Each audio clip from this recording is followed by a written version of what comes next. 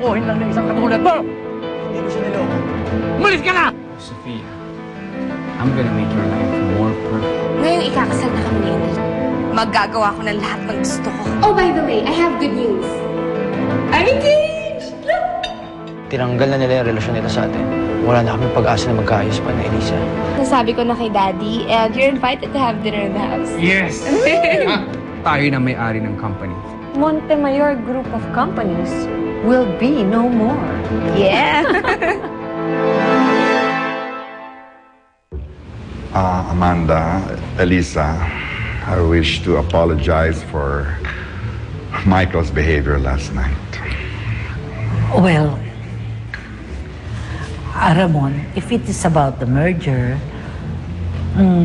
si Henner na ang kakausapin dyan. Alam mo naman, hindi na ako nakikialam. No, it's not about the merger that I came for. Don't get me wrong. Siyempre, gusto ko sana matuloy ang merger dahil as we very well know, the merger is mutually beneficial to both our companies. Pero hindi yun ang pinunta ko rito. Pumunta ako rito para kay Michael.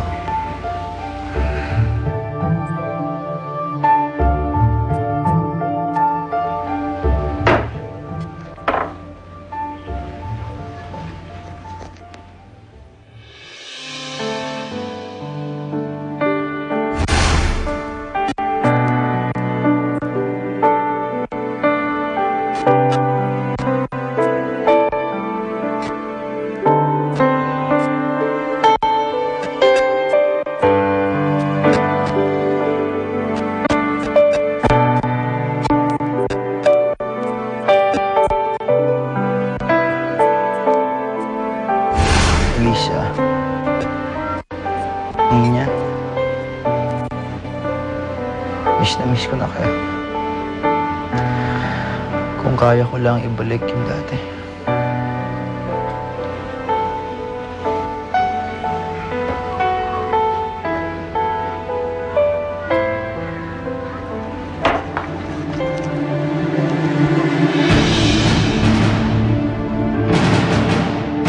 Pagpasensya mo sana si Michael. Nakainom siya, lasing, wala sa sarili. Alam mo ba na buhat na nagkahiwalay kayo, he hasn't been himself. Parati na lang siyang depressed.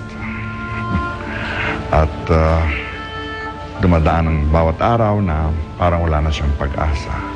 Parang he's not himself. He has no zest for life. Alam ko malaki ang naging kasalanan sa inyo, Michael, but I want to assure you na nagsisisi na si Michael sa ginawa niya sa'yo. So, I wish you can give him another chance.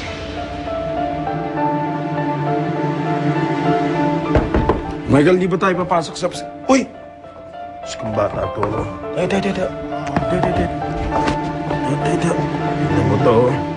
Andiyan ba si Elisa tsaka si Nina? Ikaw talaga, hindi makababuti sa'yo yung ginagawa mo. Andiyan mo ba si Elisa? Wala siya dito. Kailangan ko siya, Manny June. Kailangan ko siya.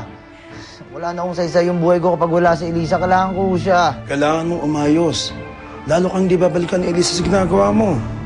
Wala nang kwenta yung buhay ko kapag wala siya, Manny June. Kailangan ko si Elisa.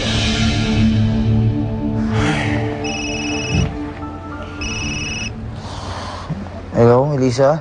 Daddy, kailangan kita. Dito ako sa hospital. Daddy, patago ako. Georgie? Sino yung kausap mo? Daddy ko! Daddy ko! Di ba sinabi ko sino, huwag mo nang guguluhin si Michael. Bakit tinatawagan mo siya? Gusto ko makita ang daddy ko. Hindi nga siya ang daddy mo, Georgie. Hindi si Michael ang tatay mo. Hindi mo ba naiintindihan yon? Siya ang daddy ko. Gusto ko ang daddy ko. Anak, hindi nga siya yung daddy mo, okay? Hindi si Michael yung daddy mo.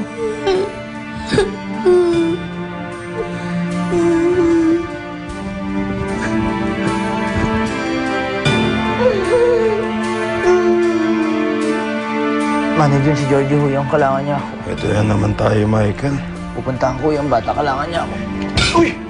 Alam mo, hindi mo kailangan gawin niya. Makagulo yung sitwasyon. Kaya ko ito, manager, pupuntahan Hindi mo kaya. Huwag niyo akong pakialaman. Pupuntahan ko siya. Michael! Alam mo, Elisa, bakit naman hindi mo pakinggan ng Lolo Ramon mo? Ha? Give Michael a chance. Gusto niya magpaliwanag eh. Bakit pa, Lola? Eh, kitang-kita ko naman yung kalokohan na ginawa nun eh.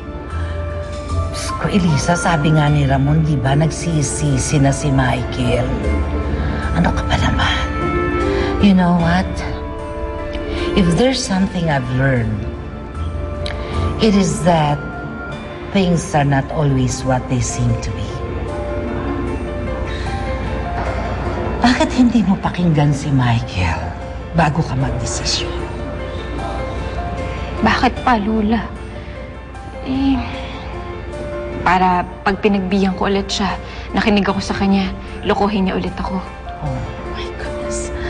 Ganyan na ba talaga ang pagkakakilala mo sa asawa mo? Ha? Nawala na ba ang tiwala mo sa kanya? I hate to say this, but pamilya mo nakasalalay dito.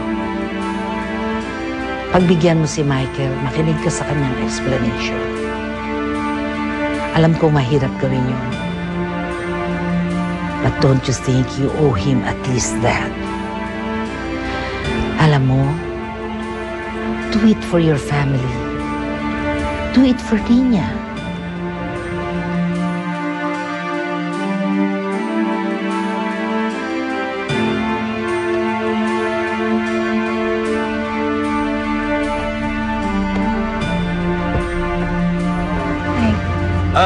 Elisa, anong ginagawa mo dito?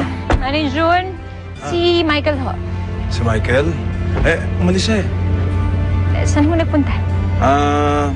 Pumunta sa opisina. Nanay June, wag na ho kayong magsinungaling sa akin. Sabihin niyo ho yung totoo. Nagpunta ba siya sa babae niya? Pero hindi ka tulad ng iniisip mo.